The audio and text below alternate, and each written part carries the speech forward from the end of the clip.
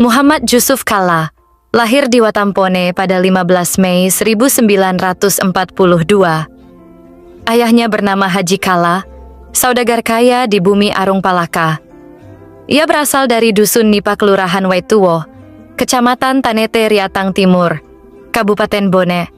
Ibunya bernama Hajjah Athira, berasal dari Kelurahan Bukaka, tak jauh dari Masjid Raya Watampone. Masa kecil Muhammad Jusuf Kalla dihabiskan di kota Watampone. Ia bersama temannya sering main di masjid, sehingga digebukin sama marbot penjaga masjid. Pengalamannya itu, ia kisahkan sewaktu meresmikan tambahan bangunan Masjid Raya Watampone pada 15 Desember 2022.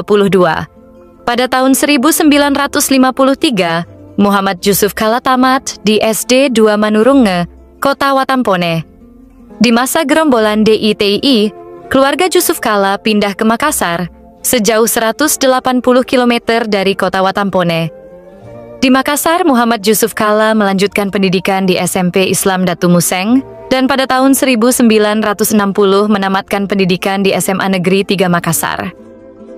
Setelah itu, ia kuliah di Fakultas Ekonomi, Universitas Hasanuddin tahun 1967, dan The European Institute of Business, Administration Fontainebleau, Prancis tahun 1977.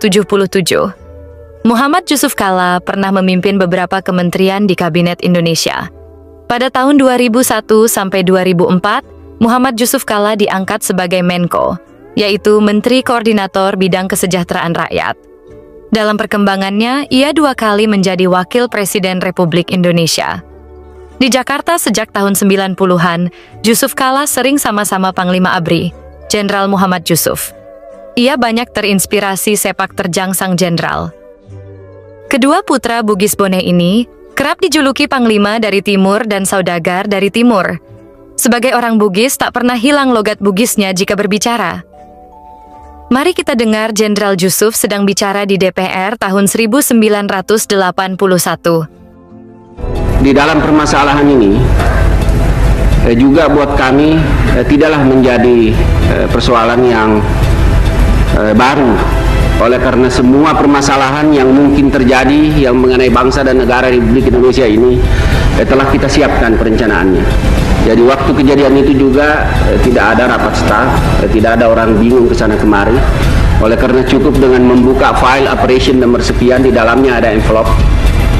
Ini masalah hijack, keadaannya begini, dibuka, sudah diketahui komposisi pasukan ini, komandannya ini, and take off.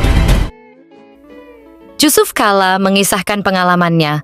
Waktu itu, Jenderal Jusuf sudah pensiun dan tinggal di Jalan TUku Umar, Jakarta.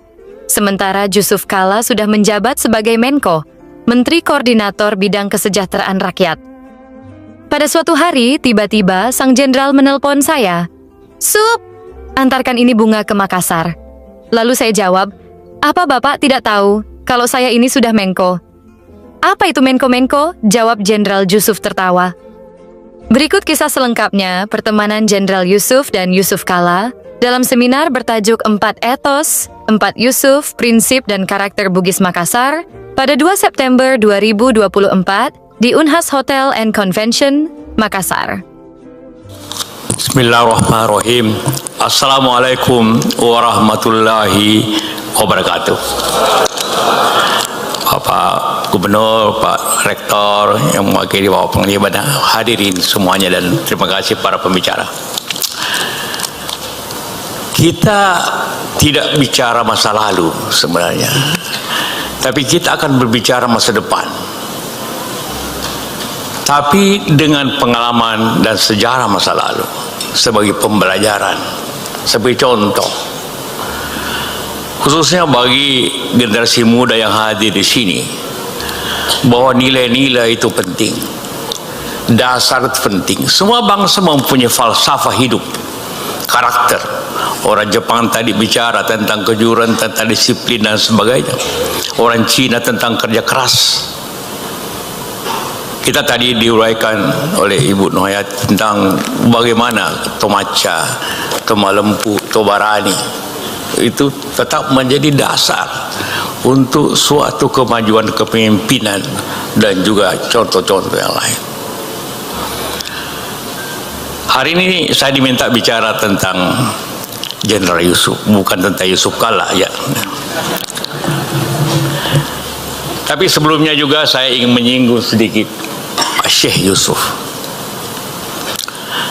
Syekh Yusuf itu tadi harus sampaikan, saya kira satu-satunya di dunia seorang hebat yang mendapat penghargaan pahlawan nasional dari 2 negara. Di Indonesia tahun 95, kebetulan saya hadir juga pada waktu itu bersama Gubernur Datang. Dan di Afrika Selatan tahun 2005 saya hadir juga, saya memimpin malah delegasi ke sana dengan keluarga untuk menerima penghargaan pahlawan nasional namanya Tambo apa itu. Luar biasa. Dan saya kira, bukan saya kira, dialah ulama yang terhebat di antara kita semua, ulama yang sejarah. Karena sekaligus ulama, pejuang, intelektual, dan juga tentu pemimpin pada waktu. Saya sampaikan tadi, orang biasanya ulama itu berdakwah dari barat ke timur, dari Mekah pergi ke India, ini masuk Sumatera, orang Sumatera berdakwah ke Sulawesi, ke Jawa, orang Sulawesi berdakwah lagi ke Papua, ke mana sebagainya. Tapi dia berdakwah dari timur ke barat, dari Goa ke Banten, Banten ke Sri Lanka, Sri Lanka ke Afrika Selatan. Kalau kita berdiri di Bukit Faraon namanya, ada bukit di tempat kuburan beliau, dan melihatnya, membayangkan 330 tahun yang lalu dia hadir situ. Kalau pada saat berdakwah ada handphone, ada email, ada macam-macam, pesawat terbang, apa, tidur. Dia ini dirantai, tidak ada jalan, tidak ada listrik, tidak ada apa. Tapi mengislamkan sampai sekarang, bahwa yang mengislamkan Afrika Selatan itu Syekh Yusuf, hanya 5 tahun. Jadi semuanya melebihi daripada apa tentang Syekh Yusuf, luar biasa. Dan kenapa kita berbicara tadi, saya bicara 3 Yusuf, jangan saya bicara biar orang lain bicara. Bagaimana hebat, kebetulan aja sebenarnya kita berbicara tentang bagaimana kepemimpinan, sifat-sifat orang Bugis Makassar. Jangan hanya orang Makassar itu suka berkelahi, sedikit-sedikit baku tusuk, sedikit-sedikit baku marah gitu kan. Bukan. Tentu ada, tidak semua sempurna. Tapi mari kita contoh hal-hal yang positif daripada sifat yang besar itu. Ini yang maksudnya pertemuan ini, melihat ke depan. Tidak selalu kita bicara dulu hebat dulu. Iya dulu. Sama orang bicara selalu dulu Pinisi kita sampai ke Afrika. Iya dulu Pinisi. Sekarang orang bicara satelit. Anda masih bicara banggakan Pinisi. Iya. Mari kita bicara juga seperti itu. Karena itulah maka kita bandingkan menjadi pembelajaran. Sekarang saya bicara tentang Jenderal Yusuf. Dialah seorang jenderal atau milik TNI yang tertinggi pangkat dari seluruh Sulawesi ini, karena bintang 4. Panglima TNI ABRI tertinggi. Jadi pencapaiannya sudah sangat tertinggi di bidangnya. Tapi dia selalu berbicara tentang nilai, kejujuran, keberanian, dan ilmu. Kalau Bapak lihat, saya tadi Pak Kepala Staf saya kasih lihat gambar di buku itu tentang Bang Yusuf Panglima para prajurit. Selalu hanya nama sebelah kiri, wing sebelah kanan, sebelah kiri. Hanya 2, tidak ada yang lain. Saya bilang, kenapa Bapak pakai begitu? Saya itu penerjun pertama di Indonesia tahun 51. Jadi saya bangga kepada wing ini. Jadi selalu apa? Dia selalu ingin nomor 1 dengan pendidikan. Dia pertama orang yang masuk squad. Dia pertama orang yang siap berpendidikan luar negeri. Jadi inti bahwa Tomaca dia pegang betul bahwa Anda tidak bisa bikin apa-apa kalau tidak maca. Dulu pada perwira-perwira kita di sini hebat-hebat, tapi begitu disuruh sekolah, semua bilang kau saja pergi sekolah. Dia malah dikasih jabatan, suruh pilih jabatan sekolah, dia pilih sekolah. Ini untuk pengalaman juga para perwira-perwira. Tidak ada arti tanpa sekolah yang baik, tapi dengan penuh falsafah. Saya di sini bukan hanya, tapi memberikan beberapa contoh saja. Beliau itu sebenarnya mempunyai 50-an, bertahap. Dia ke Jogja karena marah sama feodalisme di Bone sebenarnya. Ada hari di sini hari. Kenapa Bapak ke Jogja? Pada umur kira-kira 16. Dia bilang, marah karena kalau orang lewat rumahnya Raja Bone itu harus turun dari sepeda, tunduk. Dia marah, kenapa mesti begitu? Kenapa dia lepaskan Andinya? Orang sekarang berburu Andi, itu sudah dilepaskan.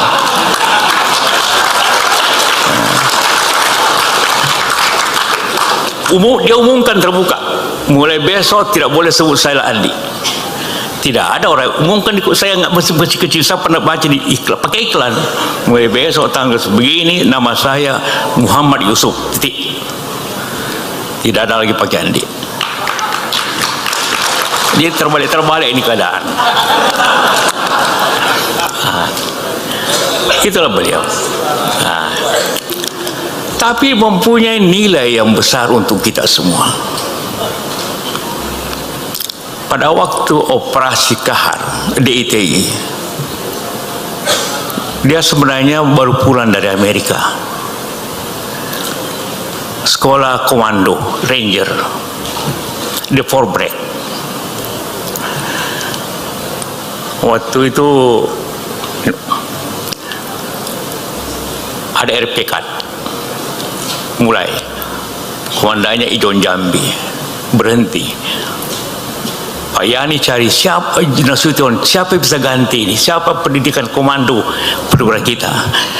Ada baru pulang, namanya Letnan Kolonel Yusuf. Diangkatlah dia menjadi komandan Kopassus.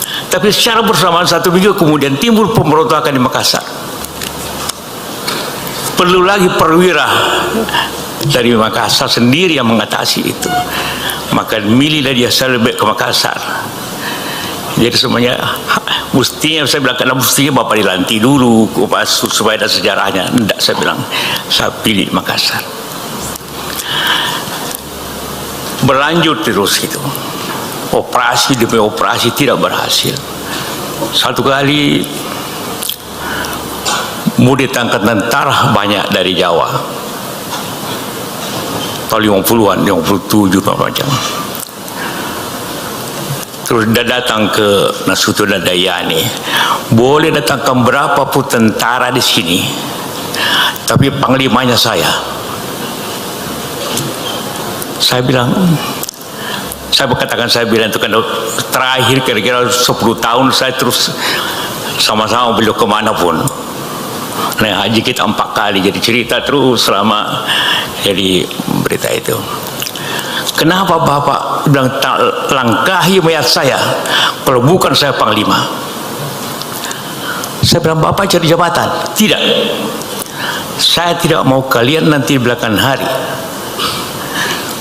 ada suatu sejarah mengatakan, minta maaf ini, orang Jawa mengalahkan orang Bugis. Tidak. Walaupun semua tentara yang beroperasi dari Jawa, panglimanya orang Bugis, dan nanti di belakang hari sejarah mengatakan Jenderal Yusuf yang mengalahkan Kahar. Jadi kita bebas daripada tekanan fisiologis. Sampai begitu dia pikirkan. Tidak, saya bilang. Kalau saya mau dipindah, semua perwira Bugis dipindah semua ke Jawa macam waktu itu. Cuma dua yang tidak, dia Pak Bastian dengan Pak kepala stafnya Pak Solihin, operasinya dari Siliwangi, tapi tetap panglima dia, dan dia berani bertaruh untuk itu. Hanya satu sifatnya, jangan kita orang Bugis merasa kalah, menjaga kehormatan kita. Satu kali berundinglah Kahar, dibawa ke Makassar dan di Bunda Putih. Ada pesan dari Jakarta, kenapa tidak tangkap saya Kahar waktu dia di Makassar?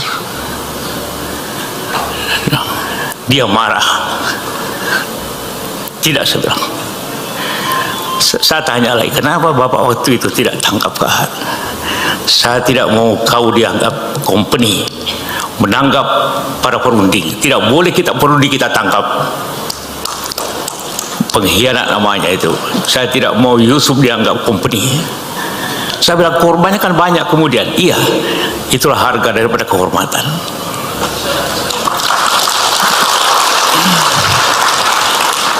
Jadi begitu sifat. Jadi bukan hanya kita bicara seorang bintang 4, kita bicara nilai, dan ternyata dia berhasil untuk itu. Kemudian setelah itu timbul Permesta, yang muda-muda berarti belum lahir semualah. Permesta itu dikalikan di Makassar tahun 2007. Tapi kenapa pemberontakan itu tidak di Makassar, tapi di Manado? Waktu itu panglimanya orang untuk siapa? Semua siapa macam? Waro. Oke. Diajak untuk bicara, tidak, saya bilang. Pak Nimatrata, Pak Yusuf tidak. Yang ikut Pak Sarela Hade. Saya bilang, kenapa Bapak tidak ikut? Dia bilang, bagaimana kita perang dengan Kahar di dalam, mau perang lagi dengan pusat, hancur kita. Jadi dia strategis sekali. Dia tidak mau menghancurkan negeri ini. Dia bisa saja berontak untuk nama, tapi dia tidak. Karena di dalam ada masalah, di luar ada masalah. Bagaimana Anda hidup nanti di belakang hari? Jadi selalu dia pikirkan masa depan generasi kita. Tidak, biar aja ada berontak tempat lain, tapi tidak selatan. Itulah sejarah. Kenapa itu Permesta di sini, tapi berontaknya di Manado? Karena dia tidak mau ada dua peristiwa di Makassar.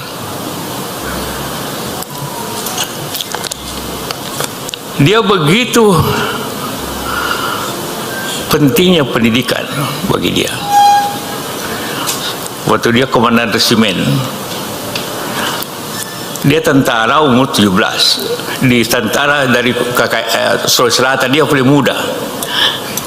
Zaman itu yang paling muda jadi ajudan. Dan dianggap perang bagi dia selalu mudah. Maka dia ajudannya Kahar. Jadi bayangkan dia ajudannya Kahar, tapi dia yang tangkap Kahar. Bagi dia prinsip, oke, saya bekas ajudan, tapi you berontak, bagi saya pun harus mengambil tindakan. Itulah prinsip yang dipegang. Suatu waktu dia kepala staf resimen 24 di Manado. Komandannya orang. Waktu itu banyak seperti biasa barter perdagangan ilegal macam-macam. Dia tidak setuju tentara untuk berbuat seperti itu. Maka dia lapor ke Yang Mayani. You pilih orang atau saya? Dia bilang, bagaimana? Orang kan orang sini. Dia bilang, kalau begitu dikasih jabatan lebih tinggi. Tidak, saya minta sekolah. Itu dia sekolah ke Amerika. Jadi tetap saja bahwa modal untuk dia maju nanti pendidikan ini. tidak hanya dengan keberanian. Itulah kenapa perwira kita yang lain hanya sampai lebih di bawahnya kolonel atau brigjen, tapi dia sampai bintang 4 karena tadi itu mempunyai dua hal, keberanian dan kemampuan bicara.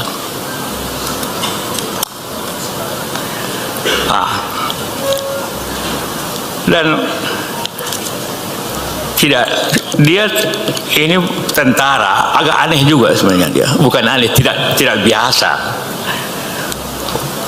Setelah selesai DITI tahun 2060 tahun 64 sebagai penghargaan diangkat jadi menteri perindustrian lagi.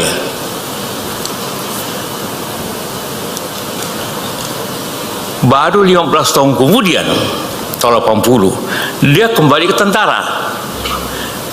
15 tahun sipil, kemudian tiba-tiba jadi panglima ABRI.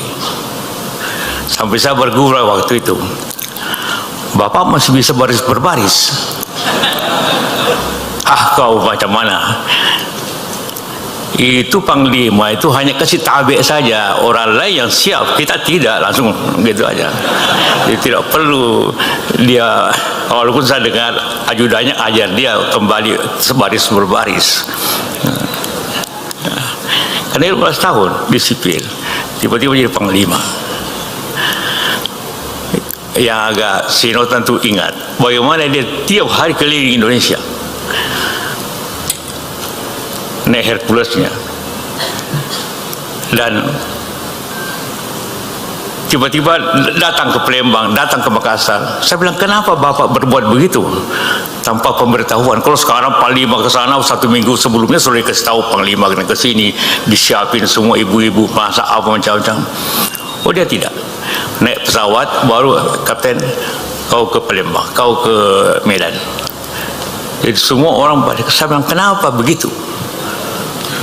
Dia bilang perang itu tidak pernah ada pemberitahuannya. Jadi panglima harus biasa siap kapan saja. Itu jawabannya. Kapan saja. Jadi saya harus membiasakan pasukan saya itu siap kapan saja. Jadi ibu itu pada bingung kok tiba-tiba mendarat malamnya, baru semua. Karena itu beberapa panglima Kodam dipecat karena tidak ada. Ya, tidak ada. Di panglima di Kalimantan Timur, di Sumatera Selatan dulu. Seperti itu. Nah, saya juga belajar kadang-kadang sama dia. Saya kira kalau, maaf, yang militer yang masih tugas pada waktu itu, saya kira kesejahteraan tertinggi yang pernah dialami oleh prajurit pada zaman itu. Karena itu bukunya berbunyi Panglima para prajurit. Sampai bubur, minuman pun diatur, makanan, celana pun diatur, pembagiannya lengkap. Saya bilang,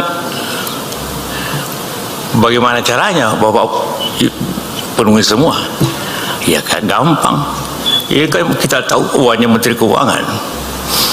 Jadi dia bawa Menteri Keuangan dan ke tim-tim, lihat prajurit sepatunya nilai apa. Saya minta uang $100 juta untuk beli sepatu, beli peluru, beli apa di luar negeri.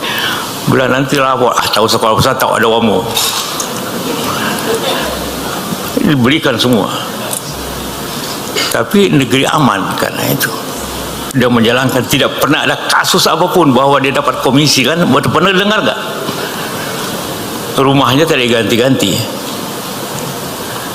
sampai sini. Jadi dia memenuhi keberanian.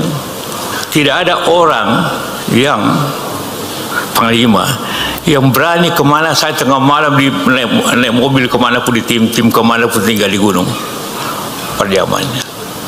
Ya. Itulah keberanian dia memiliki,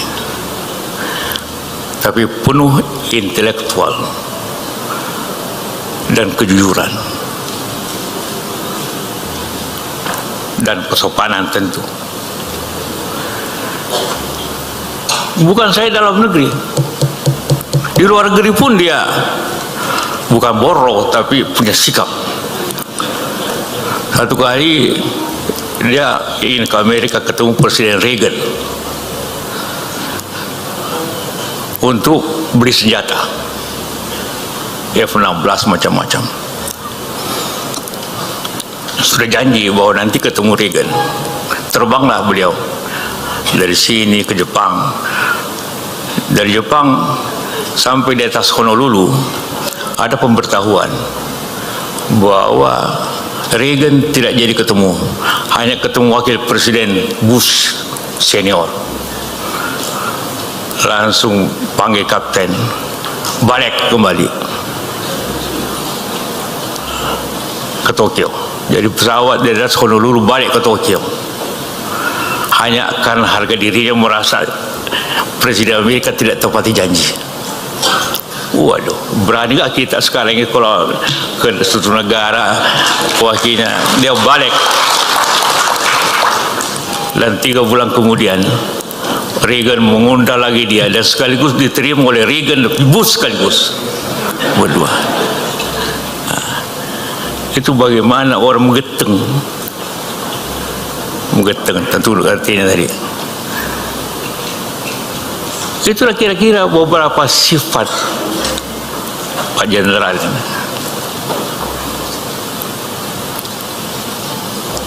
Sama dengan Super Semar. Super Semar detailnya saya tahu detailnya bagaimana Super Semar itu. Karena saya 4 kali naik haji sama-sama dia, dan tiap pagi makan pagi dan cerita apa saja. Jadi sejarahnya begitu, bahwa dia sendiri menginisiatif. Dokumennya ada dia sebenarnya, tidak mau kasih lihat. Satu hari,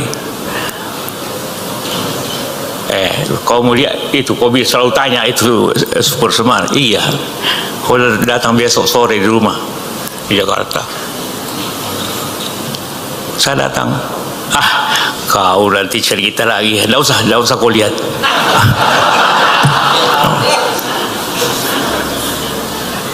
Tapi beliau, dia itu orang nasional, tapi selalu berpikir Bugis, termasuk berbahasa. Kalau yang tua-tua lihat di TV zaman dulu, kalau ketemu prajurit, kau sudah ada senter-senter. Orang bilang apa senter-senter? Karena bahasa Bugis yang kena itu senter-senter. Dia terjemahkan bahasa Indonesia, kau senter-senter tidak mengerti itu.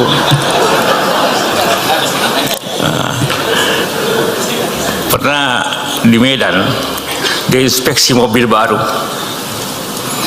Dia tanya sopir yang di depan, kau yang bawa lari di mobil? Bukan jenderal. Bingung lagi, beliau kenapa bukan dia? Padahal dia beli, kalau bahasa Bugis kan setir mobil, kau pelari. Diterjemahkan dalam bahasa Indonesia, kau yang kasih lari.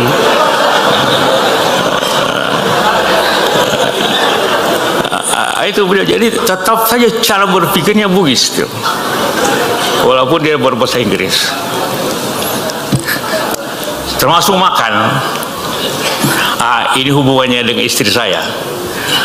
Istri saya itu hubungannya dengan palu mara. Setiap kali 1 minggu tidak ada palu mara, telepon lagi, mana itu ikan. Jadi dia tidak bisa hidup tanpa makan ikan. Dan ikan kering. Itu aja kehidupan beliau, sederhana sekali. Tapi ini saya pernah tiru juga cara beliau. Satu hari dia dituduh ingin kop. Satu hari dikira mau kop, dilapor sama Pak Soeharto. Marah dia,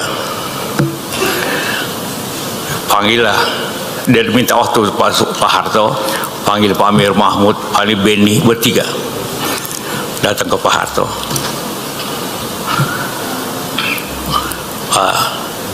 Pak Presiden, saya dengar Bapak bahwa saya ingin kop. Kalau Bapak percaya, saya hari ini letakkan sebuah jabatan. Dia buka dia punya lambang panglima itu, ya seperti bapak punya di kantong, dia buka di mejanya di cendana. Ini Pak, saya kembalikan. Pak Harto bilang, oh tidak jenderal, ambil kembali. Selesai persoalan. Kemudian saya ingat itu peristiwa, saya lakukan juga hal yang sama. Satu kali Pak SBY bikin badan lupa namanya, yang bisa ketuanya Marsilon Simanjuntak, yang bisa panggil menteri. Wah, saya protes, tidak mungkin saya bisa panggil menteri, yang presiden, wakil presiden dan Menko-nya.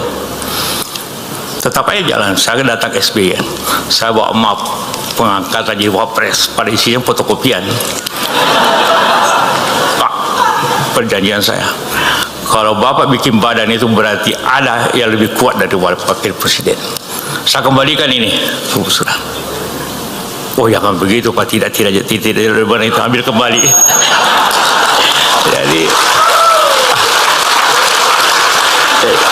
Jadi yang begitu juga pelajaran juga. Nah, bagaimana caranya menggerpol bos, gitu kan? Jadi itulah kira-kira leadership yang kuat daripada seorang Jenderal Yusuf. Banyak lagi yang lain, tapi waktu sangat terbatas. Ada bukunya, buku Israel, banyak terbatas, dan jadilah dia dikenang sampai sekarang. Tidak banyak panglima yang dikenang oleh prajuritnya, tidak banyak seperti dia sampai sekarang. Dan semua yang dibangun beliau, saya tidak tahu dulu di mana dia ambil uang, tapi dia gertak aja Menteri Keuangan.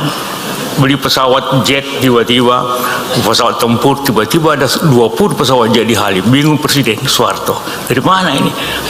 Ini Pak Yusuf Pak, beli dari mana itu? Katanya dari Israel. Zaman dulu begitu, katanya beli dari mana itu. Pokoknya dia selesaikan semuanya seperti itu. Nah, jadi Pak Harto agak tidak enak sama dia. Kemudian, kenapa? Tersinggung. Pada saat dia berjalan di Universitas Airlangga, Pak Harto di depan, dia di belakang. Mahasiswa berteriak, hidup Pak Yusuf, Pak Yusuf. Dia tidak bilang Pak Harto. Sejak itu hubungannya agak sedikit renggang. Itu bahayanya itu, hati-hati kalau terlalu populer. Ya, jadi sama juga marahnya SBY sama saya, karena Bu SBY bilang JK itu real presiden. Waduh, saya marah benar itu. Dia bilang JK ada real presiden. Tersinggunglah beliau, sama tersinggungnya tadi ini. Jadi itulah kira-kira contoh, saya tidak bicara teori, contoh leadership yang dilakukan oleh Pak Jenderal Yusuf. Sebab kenapa dia bisa memegang seperti itu dalam waktu. Saya, orang bilang ajudan juga. Kalau di Jakarta apa saja, kau dari sini ambil ini. Aduh, satu hari saya sudah Menko, dia telepon, Sob, ini bunga, kau bawa ke Makassar. Bunga ulang tahunnya bawa ke Makassar. Iya Pak, saya lakukan. Tapi barangkali Bapak lupa. Kenapa? Saya sudah Menko. Kamu Menko, pokoknya kau bawa ini bunga besok. Ya. Itulah risiko juga untuk tersebut, dan itu dilakukan dengan ikhlas. Kita lakukan dengan ikhlas karena seperti itu. Dan saya bilang waktu pidato launching buku itu, sekiranya saya wapres dia masih hidup, dia meninggal pada saat saya sedang kampanye.